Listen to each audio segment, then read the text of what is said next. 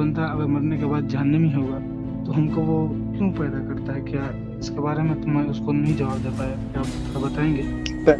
क्यों पैदा। अच्छा जी, इमरान हुसैन भाई। अस्सलाम वालेकुम।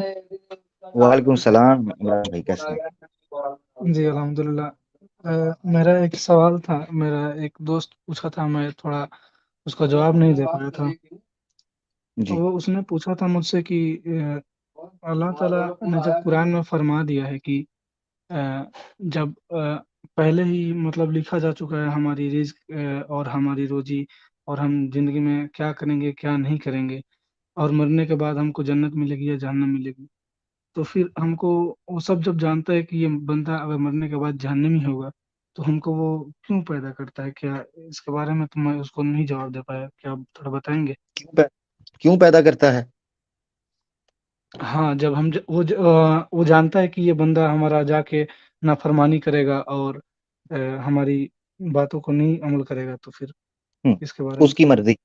उसकी मर्जी। बस इसके अलावा कोई जवाब नहीं है इसका। जी ठीक उसकी मर्जी। ठीक है। बहुत ही चीजों है। का जी जवाब यही होता है। मैं आपको सही बता रहा हूँ, उसकी मर्जी। जी जी। ठीक है। जी चले फिर, ठीक है हाँ। सर। इसके अलावा कोई जवाब बनता है ना, तो मुझे उसको समझा के बता जी दो। ये उसकी जी, मर्जी है। नहीं बन सकता ये, मुझे खुद नहीं समझ में आ रहा था, मैंने लेकिन वो मेरी बात सुनो, इसके बारे याद में रखो। कुछ नहीं समझ ये याद रखो, में। जी इब्ने हजम ने, ये मैं जी क्यों कह रहा हूँ उसकी मर्जी। जी जी इब्ने हजम, माइक में हाँ शोर आ रहा है बैकग्राउंड। इब्ने हजम अल अंदलुसी ने जो किताब लिखी है मिलल वन नहल, उसमें एक बात रखी है कि क्या अल्लाह के कामों की इल्लत होना लाजमी है। बड़ा दकीक और बड़ा बारीक और बड़ा पेचीदा मसला है। क्या मसला है कि क्या अल्लाह के कामों या अल्लाह के अफ़आल की इल्लत होना जरूरी है। ये पता क्यों मकसद पेश आया था? क्योंकि जी इल्लत और मालूल का कायदा, माइक म्यूट कीजिएगा जरा, इल्लत और मालूल का कायदा, लॉ, कॉज एंड इफेक्ट।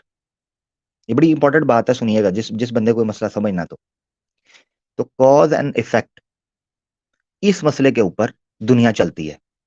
यानी मिसाल के तौर पर एक कॉज होता है जिसका इफेक्ट होता है। ऐसा मुमकिन ही नहीं है कि कोई इफेक्ट हो और उसका कॉज ना हो, और यह भी मुमकिन नहीं है कि कॉज एग्जिस्ट करे और उसका इफेक्ट ना हो। यानी इफेक्ट एग्जिस्ट करे विदाउट कॉज, और कॉज हो तो वो इफेक्ट ना पैदा कर रहा हो। ये पॉसिबल नहीं है।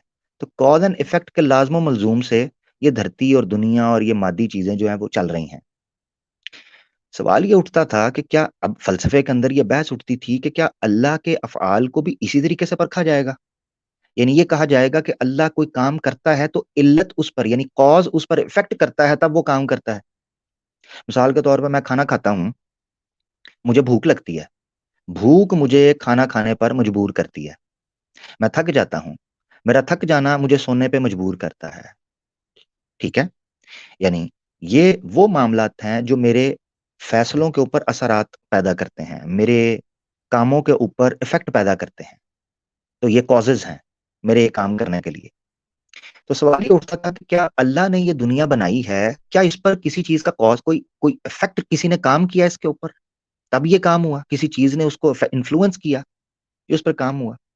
तो इस पर इब्ने हजम ने एक बात, ये मैं इब्ने हजम की बात रख रहा हूँ, गो के इस पर मुख्तलिफ तरीकों से बात हो सकती है।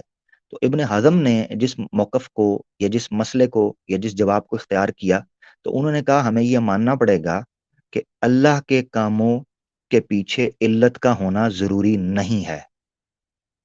ये जरूरी नहीं कि अल्लाह के कामों के पीछे इल्लत हो, क्योंकि वो इस सारे सर्कल से जिसको हम देखते हैं वो उससे मावरा है, बालातर है। उस पर ये चीजें असरअंदाज नहीं होती कि उस पर कोई इन्फ्लुएंस करे तो वो को काम करे। उसकी मर्जी हकीकी इल्लत है और वो उसका वजूद है। उसकी मर्जी हकीकी इल्लत है।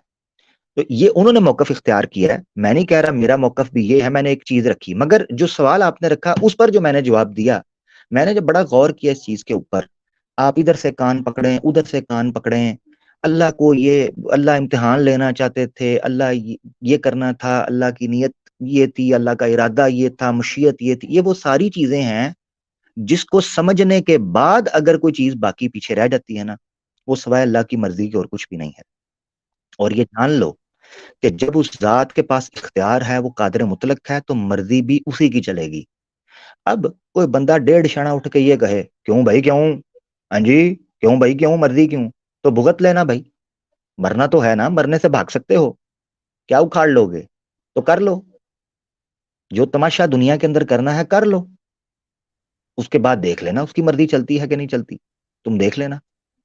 تو جی قرآن میں اللہ کہتا ہے مالک یوم الدین، وہ یوم الدین کا مالک ہے، اور اس کی تفسیر آپ کو قرآن میں دوسری جگہ پر ملتی ہے، ما ادرا کا ما یوم الدین، نبی آپ کو کیا خبر یوم الدین کیا ہے؟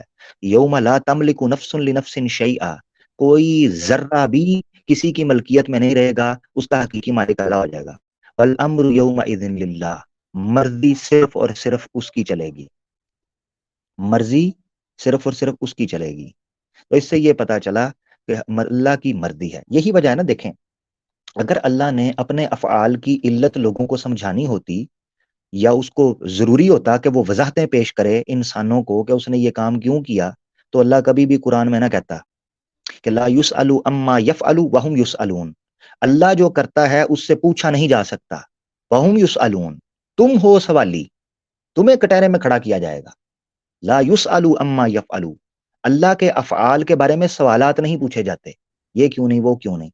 آپ کے اس دور میں نا تھوڑی سی تھن لائن ہوتی ہے جس کو سمجھنا بڑا ضروری ہوتا ہے۔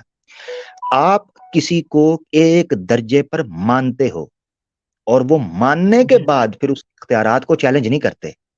مثال کے طور پر میں نے اپنے والد کو اپنا والد مان لیا، پھر والد ماننے کے بعد میں ان اختیارات کو چیلنج نہیں کر سکتا، میرے ان کے اختیارات کو چیلنج کرنا گویا ایسا ہی ہے میں اپنے والد کو ماننے سے انکار کر رہا ہوں۔ تو جب آپ نے اللہ کو خالق مان لیا ایک بار، اس کے بعد آپ اس کے اختیارات کے اوپر سوال نہیں کر سکتے، یہ ایمان کا تقاضا ہے۔ اور مزے کی بات بتاتا ہوں، میرے سامنے اس وقت مودودی صاحب کی کتاب پڑی ہے تنقیحات، یہ میرے ساتھ ٹیبل کے اوپر تنقیحات مودودی صاحب کے، یہ رسالے جو ہیں کچھ آرٹیکلز ہیں انہوں نے لکھے تھے 1930s میں کر کے، یعنی پاکستان اور ہندوستان کی تقسیم ڈویژن سے پہلے، سب کانٹیننٹ کی ڈویژن سے پہلے۔ تو اس میں تنقیحات کے اندر ایک آرٹیکل ہے جو پڑھنے سے تعلق ہے، جو میں مسلمانوں کو کہتا ہوں کہ لازمی پڑھنا، پی ڈی ایف میں آپ کو مل جائے گی، مودودی صاحب کی یہ کتاب ہے، مختلف آرٹیکلز کمپائل کیے ہیں، تنقیحات، مشرق و مغرب کی تہذیبی کشمکش میں فکر انگیز مقالات۔ جو لوگ تشکیک کی وادیوں میں بھٹکتے ہیں ان کے لیے یہ کتاب کسی دوائی سے اور کسی مرہم سے کم نہیں ہے، تو اس کو ضرور لوگ پڑھیں، تنقیحات۔ ان میں 2 آرٹیکلز ہیں ان کے، اقلیت کا فریب نمبر 1 اور نمبر 2، اقلیت کا فریب، اس 2 آرٹیکلز کو آپ پڑھیں، آپ کو کافی مسئلہ اس حوالے سے سمجھ آئے گا کہ اللہ کو ماننے کے بعد اور اللہ پر ایمان لانے کے بعد آپ نے سر تسلیم خم کیوں کرنا ہوتا ہے، یہ کیوں ضروری ہے۔ میری گزارش یہ تھی آپ کے سامنے کہ جب کبھی یہ چیز آئے جی آپ کے سامنے، آپ نے اللہ پر ایمان لانے کا جو تقاضا ہے اس کو پورا کرنا ہوتا ہے، کہ سر تسلیم جی خم کرنا۔ جزاک جی بالکل سمجھ گیا، سمجھ گیا، اوکے اللہ، جزاک اوکے، اللہ، السلام بہت شکریہ۔ علیکم۔ وعلیکم السلام۔ عمران حسین بھائی ہمارے ساتھ تھے، ایک سوال تھا جس کو آج ہم نے تھوڑا ڈفرینٹ اینگل سے جاننے کی کوشش کی، آئی ہوپ کہ میں ان کی بات کا جواب دے پایا ہوں گا۔ یقیناً جن کے دلوں میں ٹیڑھ پن ہے وہ ضد اور انا کی بنیاد کے اوپر یہ کہیں گے وجہ، وہ علیحدہ بات ہے کہ اپنے والدین سے کبھی نہیں پوچھتے کہ وجہ مجھے کیوں نکالا، ان سے نہیں پوچھتے، ہاں اللہ سے پوچھنا چاہتے ہیں، کیونکہ پتہ ہے نا آگے سے ابھی دنیا کے اندر مہلت ملی ہوئی ہے، ابے سے پوچھیں گے تو دستی چانٹا پڑنا ہے۔ بہت شکریہ۔